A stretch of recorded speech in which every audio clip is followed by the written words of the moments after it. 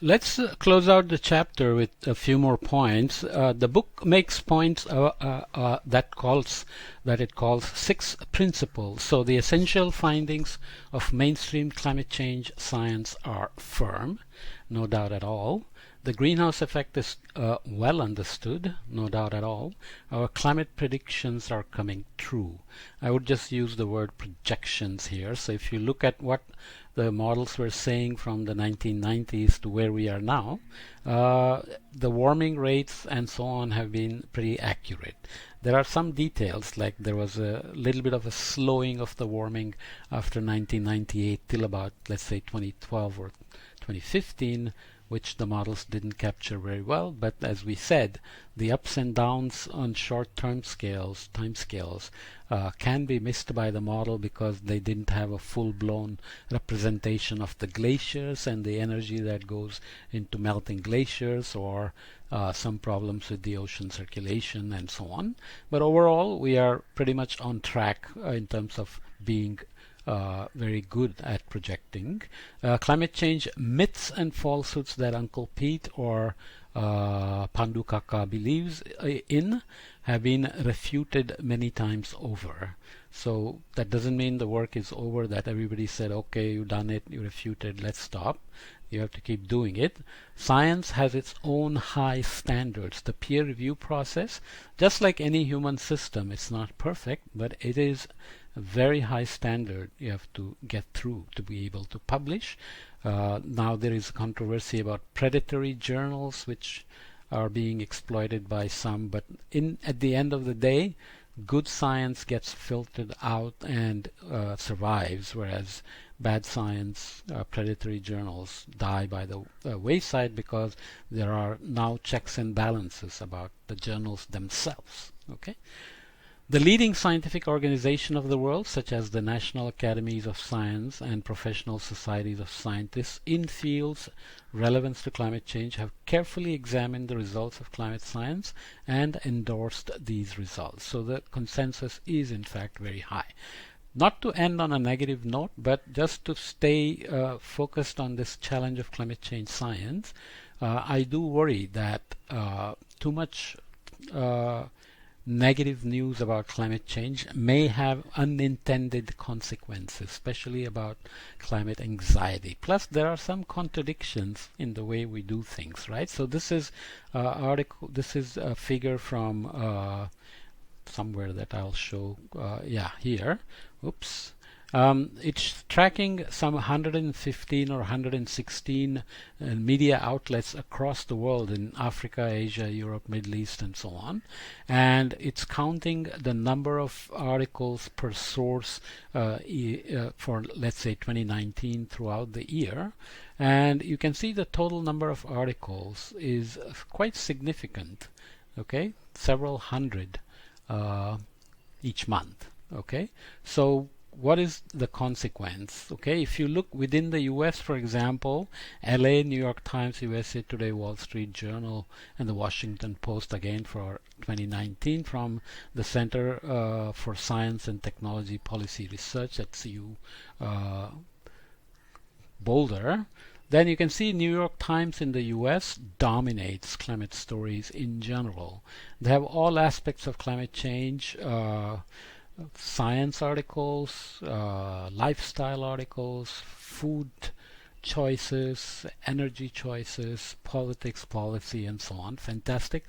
I'm subscribed. I read it all the time, and yet I worry that the contradictions persist. For example, when I open every day, every morning, I go through New York Times and Washington Post and so on, and they're still making money from advertising.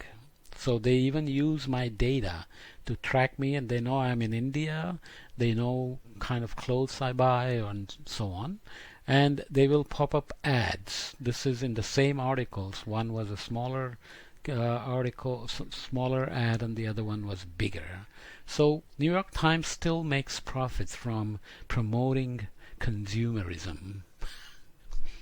It's a contradiction of sorts, right? So New York Times intentions cannot be doubted, their accuracy and cannot be doubted, but there is obviously some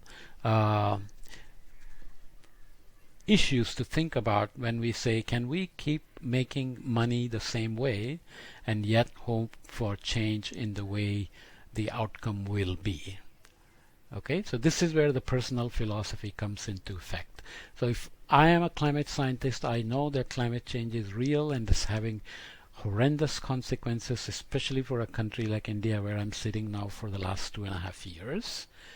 And yet I believe we cannot have lots of signs saying don't do this, don't do that, don't do that. And even for people who want to contribute to climate change and reduce consumption and so on, it is not so easy because the system makes you take certain choices that are not climate friendly, like how you travel, public transportation, is it good enough? Plus my own choice that if I want to go to Patagonia, I have to balance my portfolio of carbon. I live without a car now for the last 2.5 years.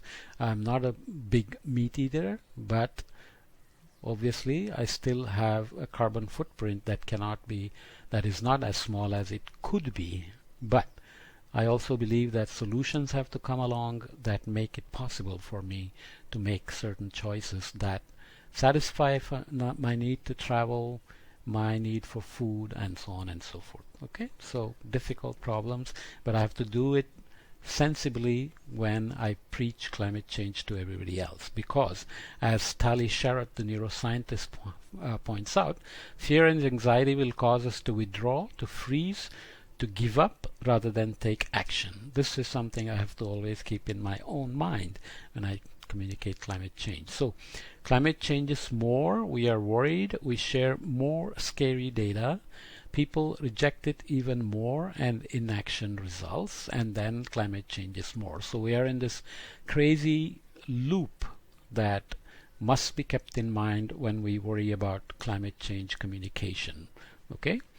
Most discussions on climate change ignore these 10 basic facts about human nature. This is from Lisa Bennett, Daniel Goleman, and so on, who write beautifully about human nature, mindfulness, meditation, etc. We are overly optimistic about the future, or future that is, okay? About the future, our future. We can be blasé about the most important issues in the world because the global perspective is way beyond human scale.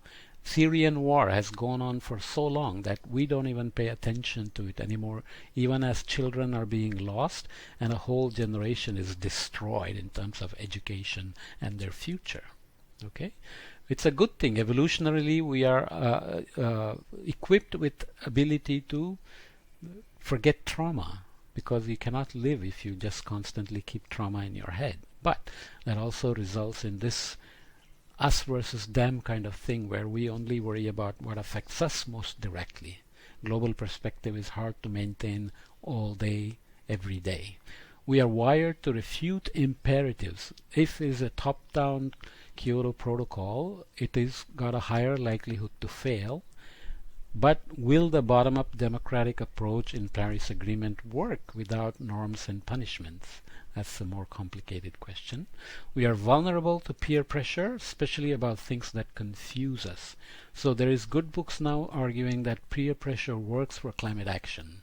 If you are very diligent about your action, about how much meat you eat, how much you drive, how much you travel, how much energy you consume, how much carbon you emit, then you're likely to influence your immediate social group or peer group or reference group, family, etc. Why we shy away from topics that remind us of our mortality, but can be motivated to take action on behalf of beings more vulnerable than us. Okay, this is good quality as well. But there is other details. Altruism is not something that works. Altruism is learned from culture, religion, allegories, and it can be forgotten. But enlightened self-interest can work. Some people call it reciprocal altruism, where you do something, but you hope to get back something. Okay? We perceive and respond to risks only when we feel them. So if you keep saying polar bears are dying, after some time it might lose meaning. We are motivated more by hope than fear, at least in matters of social change. That's good. We are more likely to take action when we know precisely what we can influence. This is about knowing the risks but not knowing how to act. That's important. We need to believe our actions will make a difference. So we do something like changing light bulbs, driving less, eating less meat, and maybe after a few years, if nothing changes, we may get hopeless and stop. That's something to watch out for. We will continue to behave the same way we always have, even after we know it's problematic, until there is a realistic alternative. This is a big deal. As I said, if our actions will not make a difference, a visible difference soon enough, then we look for a realistic alternative.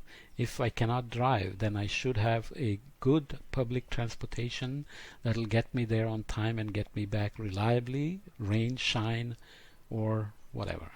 Okay, so system has to provide solutions that are viable and realistic alternatives. Okay, so with that in mind, all those ideas, communicate climate change science for effect, and good luck with it, because it is important, no doubt about it. But just because something is important in our head doesn't mean it's also important for the other person. So it is figuring out the audience that fine-tunes your message, not just science, but how to convey that science effectively.